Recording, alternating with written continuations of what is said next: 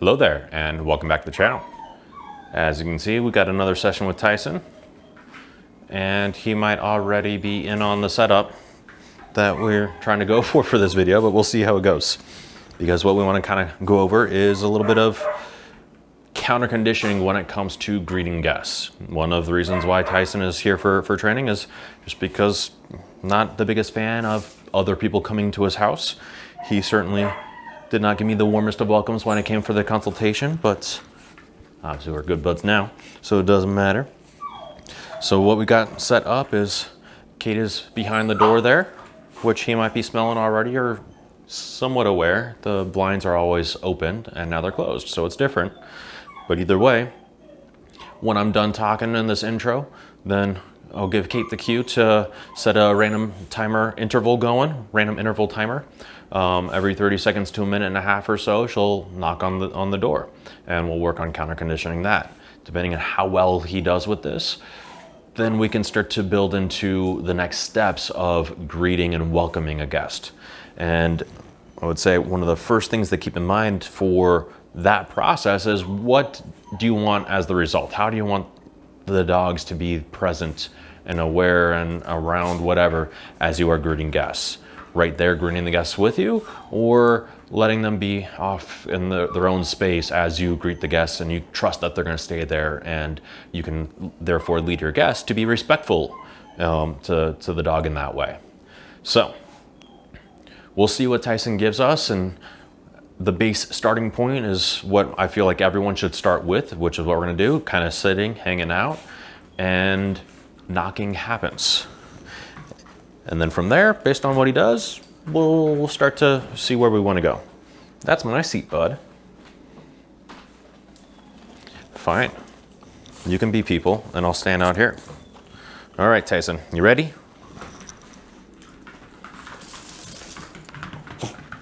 Good boy. Hopefully Kate heard that. That was the code word to get started. Thing is, with the random, oops, dropped a piece. Get it? Good boy.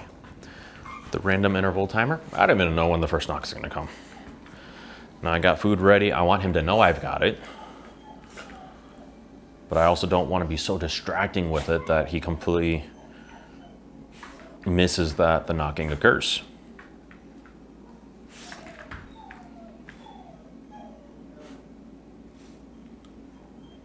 So this is the awkward, boring part as we're waiting for stuff to happen. I really hope Kate did hear that.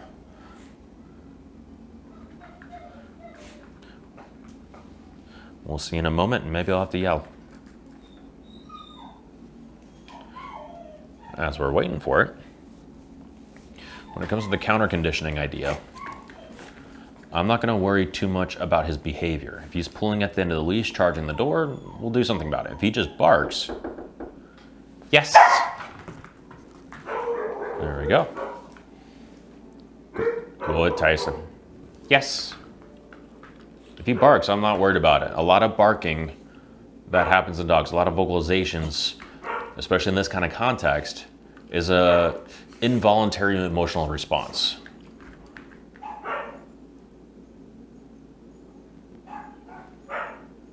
They're not always fully conscious that they did it immediately upon doing it. So it's not always going to be fair to mark the no and correct them for just barking. What I was going to try to say as the knocking just happened is that with counter conditioning, it's more about his emotions, it's more about his feelings, and he feels good about the food. He feels good about hanging out with me. He feels good about working with me. Going to place, flipping into heel, doing the sits, doing the downs. And so that's part of why I'm marking that yes. It's not so much, yes, Tyson, hi. You don't want it? Oh, there you go, good boy. Yes, good boy. It's less about his yes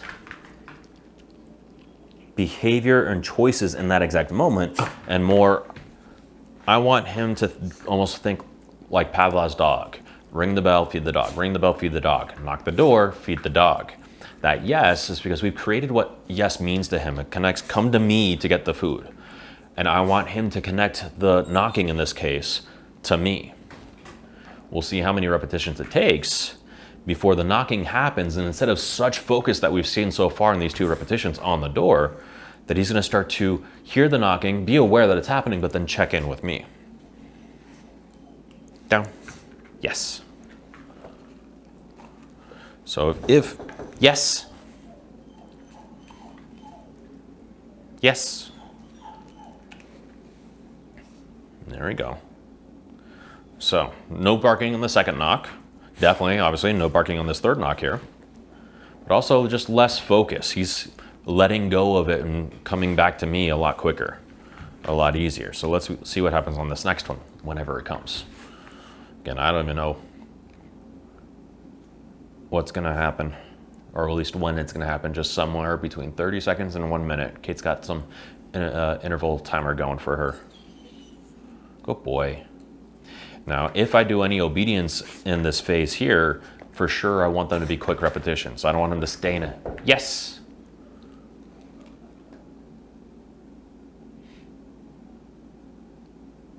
I'm not sure how much the microphone is going to be picking up on that knocking, but you guys can kind of see it, that he starts to focus on that door a lot, and I'm randomly marking a yes, interrupting myself in whatever I was about to say.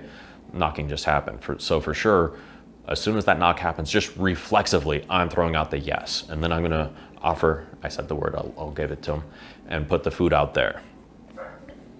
I don't, as much as I also mentioned it means come to me for the food, I'll meet him part way.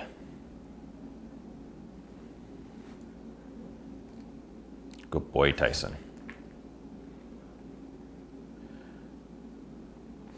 And already I hope you can see how much of a difference there is in his behavior from when we first got out here and I started the intro before the first knock. But then as soon as the first knock, a shift, we're like, oh, what's going on? The tension, the pressure, the insecurity, a little bit coming back right there as he's focusing on the door. But he's letting go and looking to me a lot more in between now. Yes. Good boy. And now the emotions have definitely shifted. I'm not sure how much of it translates on camera, especially when you've got his back to you. I get to see his face. I get to see his eyes here to get a better insight. I dropped a treat. Did it go in my shoe? Get better insight on how he's feeling about it. But you can look over his entire body language. He's fluffy, so it's actually not that easy to see how tense or relaxed he may or may not be. He kind of is a tense dog to begin with. Just the way he carries himself. But he's breathing a little bit better. Yes, he's looking at the door. But he's far less concerned about it. So I don't have the food in my hand. I'm not going to reach and get him thinking that much. Good. Because I want to sit here. I don't care that he went to the door. In fact, that might be kind of a good thing that he's approaching. But I don't want to make it too big of a deal about it. So I'm going to just hold to the rule of the leash, that you get that much space. I'm watching his ears. They're focusing on the, yes. Hi, Tyson. There we go. And that look back, we didn't get it on the first one. So I think we're gonna get one more knock, especially if he's gonna drift out away from me like that again. Oh, chew your food. Because that way, he has to turn all the way around when I mark it. And you can you saw it looking back and forth, like I heard it. It took a while for me to get the food out, and he's kind of flopping back and forth. Like, okay, I know what you said, I know what it means, but then there's the door. But I know what you said, I know what it means. You already got that one.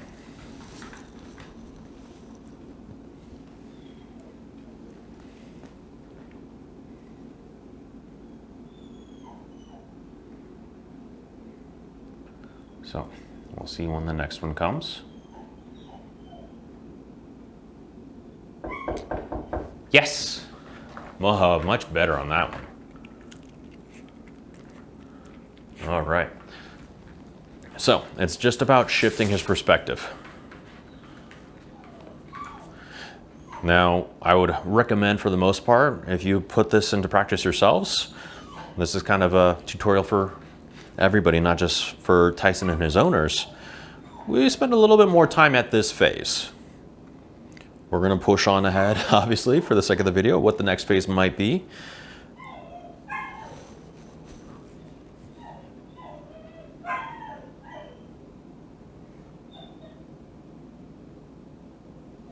And in this case, I'm gonna send him to the place.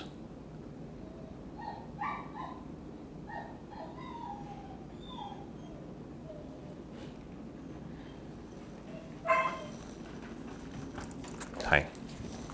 Don't want to spill. Good boy.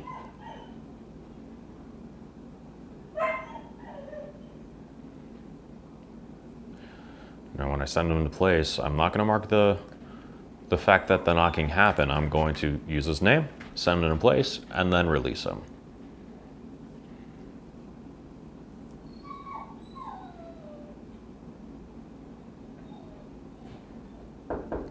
Tyson, place.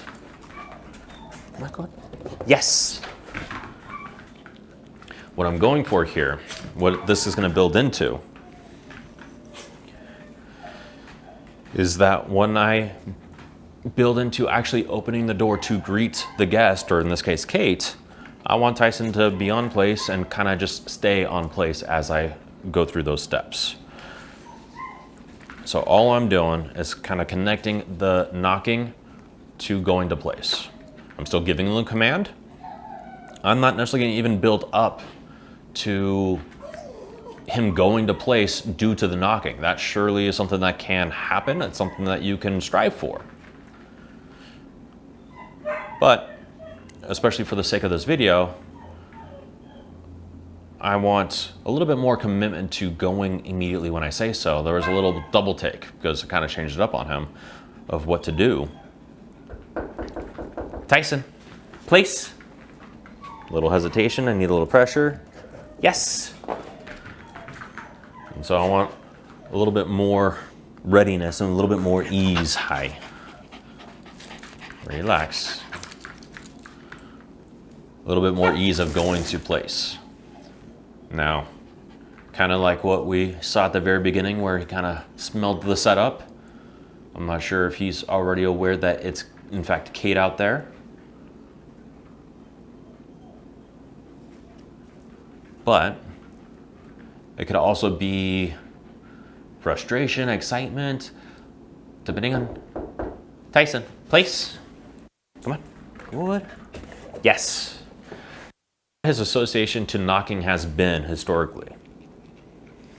Because the thing about classical conditioning is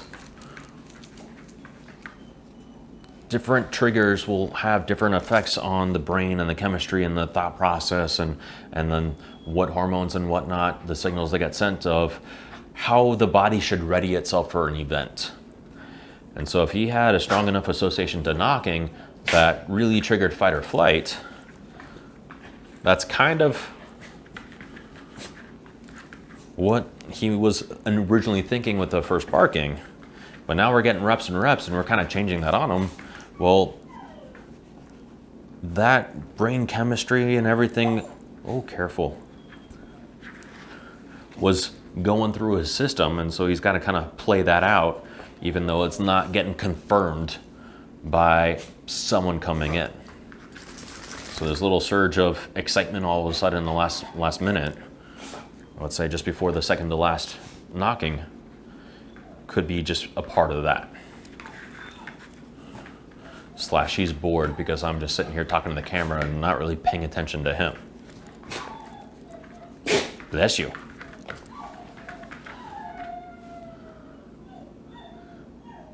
And then you layer in this puzzlement, confusion, trying to figure out like what is happening, who's at the door, or maybe why is Kate in that other room and just knocking and being weird and not coming in to hang out. As much as it might seem like sometimes I can read a dog's mind, not that well.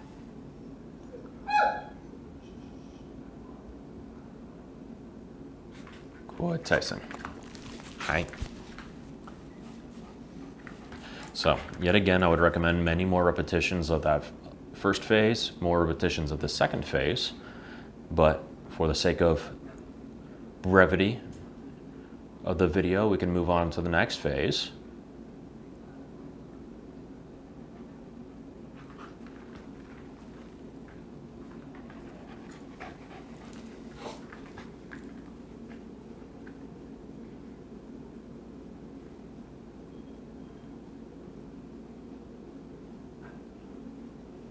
Good boy. And what the next phase is, with the knock, I'm going to set him in place, but I'm going to have him stay there as I walk to the door and touch the handle.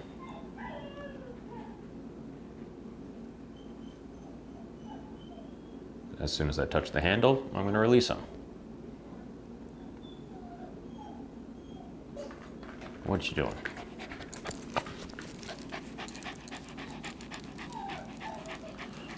There's that crazy smile. Submissive grin going on.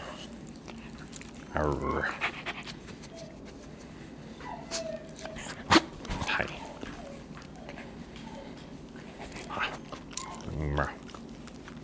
We're going for the full minute and a half, I guess, on this one.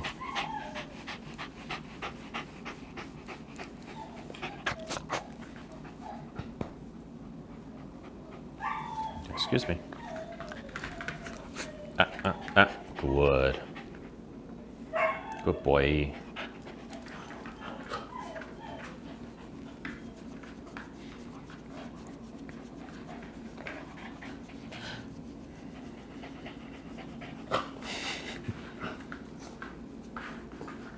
What you doing, weirdo?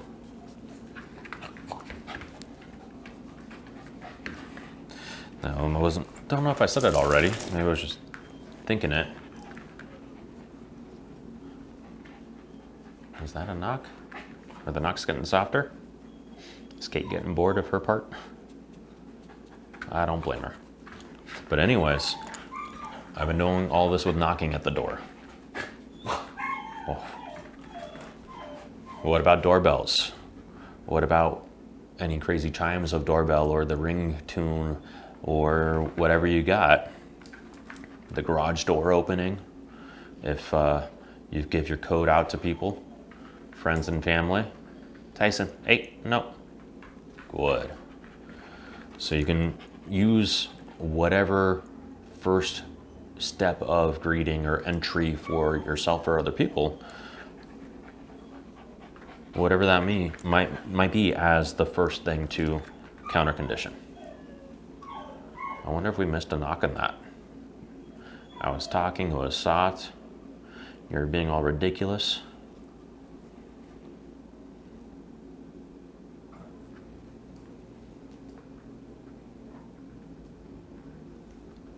Good, Tyson. Good. Good boy.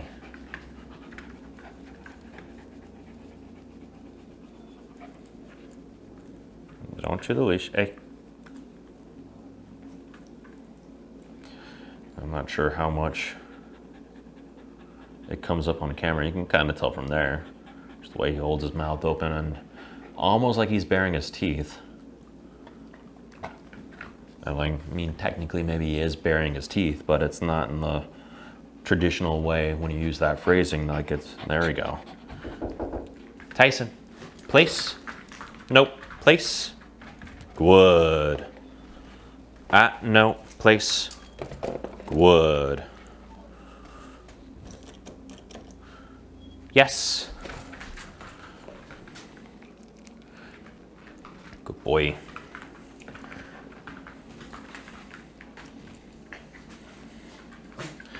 But that baring the teeth that he does, especially when he's leaning in like this and I'm scratching him, that's a submissive grin. Often can be confused with a sort of threat, an anger or aggression display, a dominance display maybe some people might refer to it as, but it's a submissive grin. It's more of a submissive kind of display. Tyson, come here.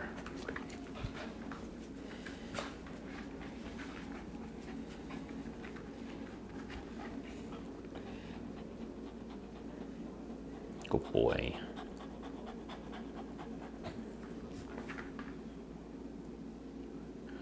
Now all this affection. Tyson, place. No, place. Good. Good.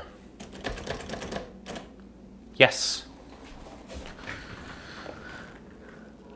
All this affection and vigorous scratches, letting him jump and pushing him around a little bit as he leans in. All of that is exciting to him. It's definitely a good thing, and it can be a good thing to use in terms of him being excited, and he appreciates this to counter condition, start to make the knocking lead into good things. But at the same time, it is exciting him. And it's very possible to run into the risk that with exciting him in a good way, a fun way, there could be a trigger like knocking that he'll stay at that level of excitement but shift over into something bad. Tyson, place. Good. No, place.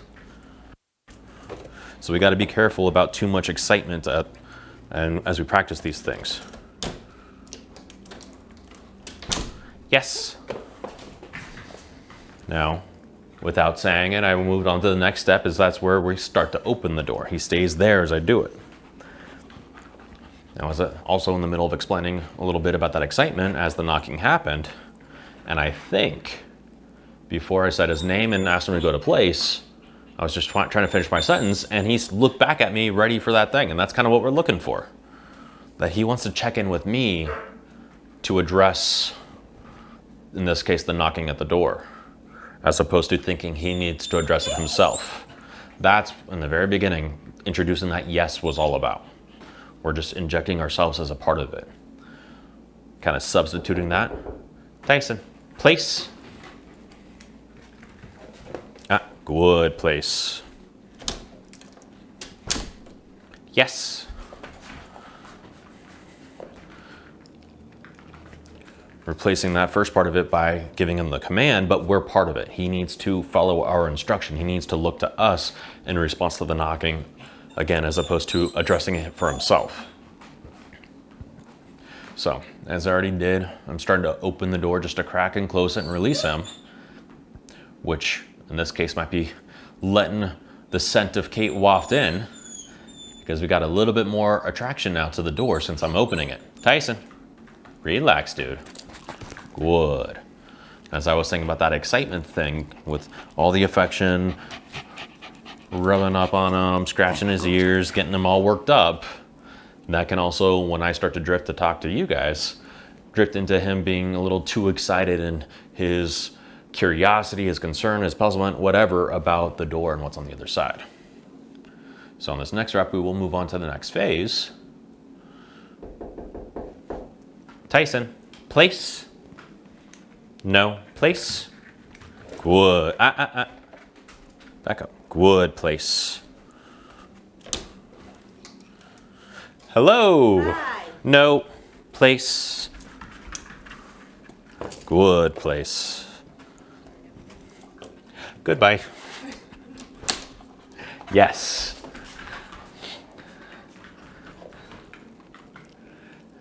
And then you get to the awkward part where you're doing a lot of repetition of role-playing, greeting people, and then closing the door in their face for the next repetition. But this is also where you can get this bigger surge of the excitement, because it kind of confirms knocking means people. And right now, because it's Kate, it's good people, it's exciting people, it's fun people. At some point, you're going to want to use people. Ooh. Tyson, place. Come on. No, place. Good. Good, place. Good. How's it going? Hi. Bye. Bye. No, place. Good. Yes.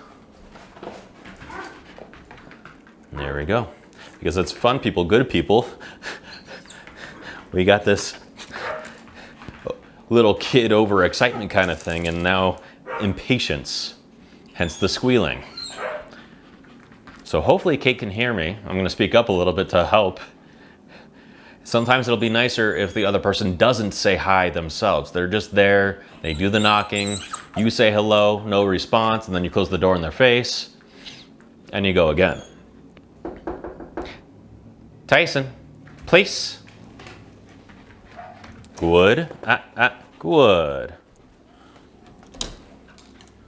Hello. No, place. Good. Goodbye. Yes. And Kate did hear me. And there we go. Whether it was the next repetition or because Kate didn't say anything, a little milder, a little easier for him. We might have to do a couple more repetitions like that without the response on the other side to help keep it lower, help him get over it. But now he's whining anyways. So how much it really helps, how much it matters in this case, hard to say. But for a different dog in different circumstances, it can make a big difference. So just keep that in mind.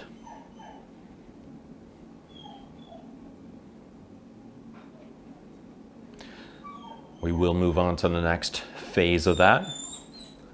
You saw also when I was answering the door, I was looking at him more than looking at the door. And it's totally fine to be rude to the person that you're doing this with, or at least what would be considered rude if it were a real greeting and you're letting someone in. Tyson, place. Good. Good place. So complete focus on him. Good place. Hello. Come. Good. Come on in. Good place. Good. No. Good place. Well, thanks for coming. We'll see you next time. Good place. Yes. And of course now we have Callie mixing things up.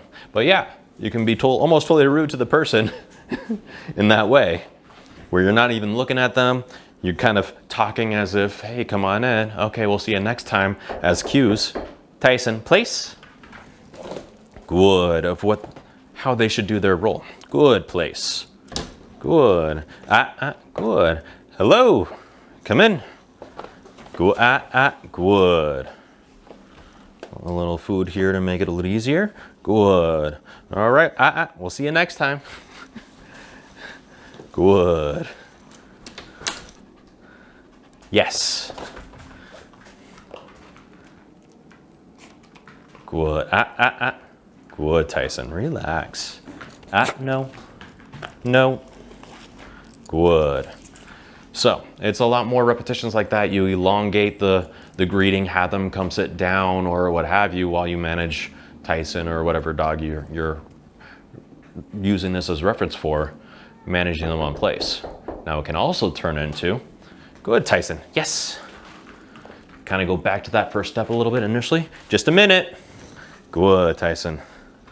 Good. I'm not using the commands, but effectively it's going to be the same conversation. Good. Come on in. Good, Tyson. No. Good. It's not about the command. It's not the sit. Good. Good. Yes. And we can kind of counter condition. Good. Yes. The person here.